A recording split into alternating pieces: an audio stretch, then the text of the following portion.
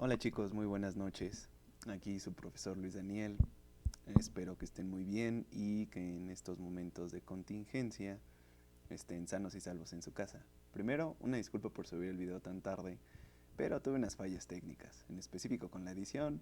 Digamos que son mis pininos, entonces no se burlen tanto. Dos, se les hizo grabar la clase, no de la manera en que lo esperábamos, pero bueno. Y tres, espero que estén muy bien. Les deseo bendiciones a todos y que estén en casa, protegiéndose y protegiendo a los que más lo necesitan. Unidos vamos a hacer la diferencia y vamos a terminar con esta pandemia en buen puerto y en buen tiempo. Ok, no les quito más su tiempo con esta entrada. Hoy tenemos un tema muy importante que ustedes ya retroalimentaron en su momento cuando analizaron un poco la imagen pública de Plutarco Elías Calles, su presidencia, la guerra cristera, ¿no? Pero el Maximato es un periodo histórico fundamental en la institucionalización de nuestro país. ¿Qué es institucionalización, profe? Ay, hijo, muy sencillo. Pues básicamente fue crear las instituciones políticas, sociales y económicas que actualmente nos rigen a nosotros y también al país. Por consiguiente, es el origen del país y de la modernidad. Ahora, el Maximato es un periodo que va de 1928 a 1934. Básicamente fueron 6 años bajo los cuales una sola persona tuvo el poder económico, político y social del país.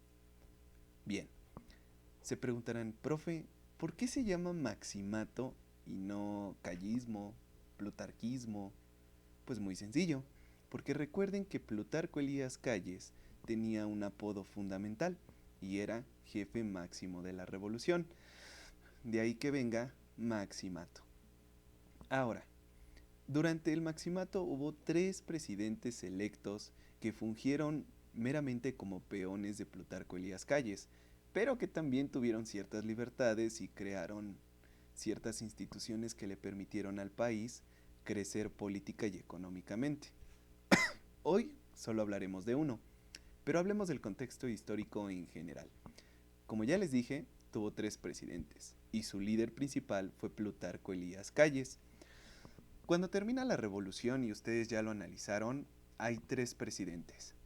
Por una parte tenemos a Venustiano Carranza, cuyo aporte principal fue la declaración y firma de la constitución actual de nuestro país. Por otra parte tenemos a Álvaro Obregón y la legalización de los sindicatos de trabajadores. Y por último vamos a tener a Plutarco Elías Calles, que, con el afán de crear la ley Calles y seguir al pie de la letra el anticlericalismo de nuestra nación, básicamente suscitó en nuestro país la guerra cristera. A estos 3 gobiernos se les conoce como gobiernos posrevolucionarios, en específico al de Calles, Carranza y Obregón. Pero va a haber otros gobiernos posrevolucionarios que van a tomar una rienda diferente, una perspectiva diferente, y nos toca analizar los 3 primeros, que corresponden al maximato. El siguiente punto, o el contexto histórico que rodea al maximato, es la consolidación del presidencialismo. El presidencialismo es una corriente política en la que el presidente designaba básicamente a todos los que iban a gobernar con él durante 4 o 6 años, dependiendo el tiempo histórico que les corresponde. Por lo general, se daba el famoso charolazo, es decir, que todos se ponían a la disposición del presidente, gobernadores, presidentes municipales, diputados, senadores y por supuesto los secretarios. 5. Se consolida la hegemonía política del partido de Estado. El partido de Estado, así es, mis niños. Desde Álvaro Obregón, con Plutarco Elías Calles, el Maximato y posteriormente hasta la década del 2000 hubo un partido de Estado. Y ese partido de Estado fue el Partido Revolucionario Institucional, que gobernó ininterrumpidamente la presidencia durante 70 años. Se dice poco, pero también es bastante. ¿Por qué? Porque bajo un mismo partido los mexicanos tuvieron que regir sus vidas. Las acciones y políticas económicas y sociales emanaban de este partido. Ok, sigamos. Como les dije, solo vamos a ver al primer presidente del Maximato. Este primer presidente del Maximato se llama Emilio Portes Gil. Así es tamaulipeco. Nace en Ciudad Victoria en 1890. Estudia básicamente en Ciudad Victoria hasta la secundaria y preparatoria y posteriormente se va a ir a la Ciudad de México a estudiar leyes en la Escuela Libre de Derecho. Con eso consolida de forma muy primaria los conocimientos básicos para desempeñarse en el ámbito político.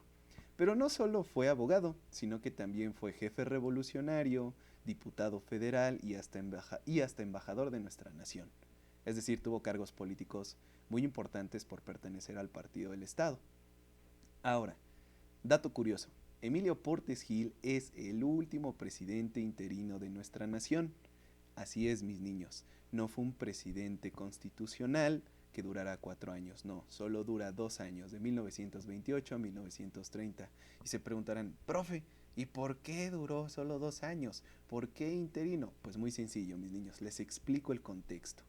En 1928 tiene una plática Álvaro Obregón, pues obviamente con Plutarco Elías Calles, y llegan a la conclusión de que Álvaro Obregón se debe de reelegir. La reelección, recordemos que pues básicamente estaba prohibida, con el lema de Francisco I. Madero, sufragio efectivo no reelección, y que se consolida en la Constitución de 1917. Pero Plutarco Elías Calles, junto con su gabinete, logran modificar algunos artículos de la Constitución y hacen posible la reelección. Es así como en 1928, como candidato del Partido del Estado, ¿sí?, surge Álvaro Obregón y gana las elecciones. Algunos dicen de forma fraudulenta, otros dicen que fue legítima, todos conocemos al PRI. Por consiguiente, en 1928, antes de ocupar la presidencia y bajo extrañas circunstancias, Álvaro Obregón es asesinado. En un primer momento van a culpar a los cristeros por el asesinato de Álvaro Obregón, ¿no? Y en otro momento van a culpar a Plutarco Elías Calles. Pero bueno, básicamente este contexto rodea la aparición de Emilio Portes Gil como presidente interino. Al no haber un presidente electo, Portes Gil es básicamente seleccionado para sustituir al presidente Álvaro Obregón. Ahora, a Emilio Portes Gil le explotan 3 bombas fundamentales dentro de su gobierno, o más bien 3 acciones que llevó a cabo. La primera, en 1929, y es básicamente sofocar la rebelión escobarista. Les platico. La rebelión escobarista estaba comandada por José Gonzalo Escobar. Este personaje era un caudillo militar y él afirmaba, bajo el plan de Hermosillo, que Emilio Portes Gil no era presidente legítimo de esta nación y que Plutarco Elías Calles había mandado asesinar a Álvaro Obregón. No lo sé, Rick, parece falso, pero tal vez sí era bastante verdadero, porque todos sabemos que quien dispuso del poder presidencial después del asesinato de Álvaro Obregón, pues fue mi muy estimado Plutarco Elías Calles. Las conclusiones y aseveraciones históricas las dejamos a la imaginación. Solo presentamos ciertas interpretaciones. Ahora, Plutarco Elías Calles, como muchos autores lo afirman, en verdad es el ganón de la revolución. Recordemos que durante la revolución hubo magnicidios y básicamente entre maestro y pupilo se estuvieron asesinando, ¿no? Venustiano Carranza, Álvaro Obregón y por supuesto Plutarco Elías Calles. Por consiguiente, Plutarco Elías Calles va a fungir como titiritero atrás de Emilio Portes Gil durante su presidencia. Tanto así que él seleccionaba a los secretarios que debían establecer relaciones diplomáticas internas o externas en el país. Él dictaminaba las políticas sociales, económicas y culturales que se iban a llevar a cabo de 1928 a 1930. Básicamente, estaba tomando el poder sin ser figura pública. Todo un genio, Plutarco Elías Calles, de verdad que sí.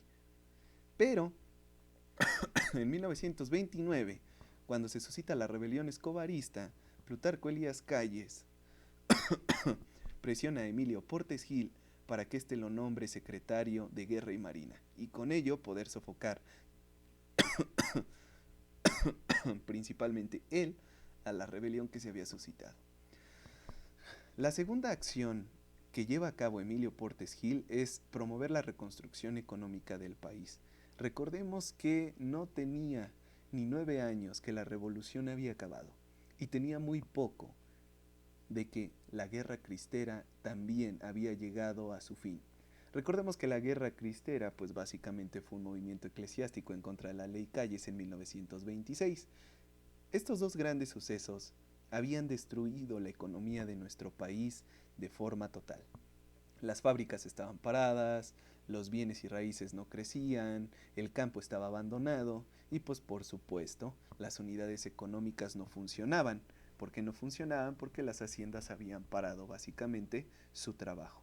Eso quiere decir que la tarea de Emilio Portes Gil, al igual que la de Plutarco Elías Calles y Álvaro Obregón, no solo se trata de pacificar al país, sino que también se trata de reconstruir el tejido económico y social.